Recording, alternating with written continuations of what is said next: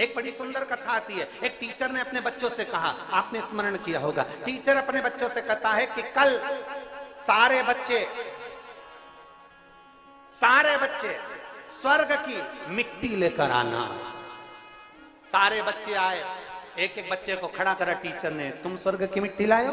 नहीं। तुम स्वर्ग की मिट्टी लायो? नहीं। तुम स्वर्ग की मिट्टी लायो? नहीं। एक छोटा सा बच्चा खड़ा हो गया, खड़े होकर बोला, टीचर ये लो, मैं स्वर्ग की मिट्टी लाया हूँ। टीचर ने पूछा, ये कहाँ की मिट्टी? तू क्या स्वर्ग गया था मिट्टी लेने के लिए? तू बैकुंठ गया था मिट्टी लेने के लिए? बच्चा कहता है, नहीं, ये मेरी माँ के चरण की मिट्टी है और माँ के चरण में स्वर्ग होता है।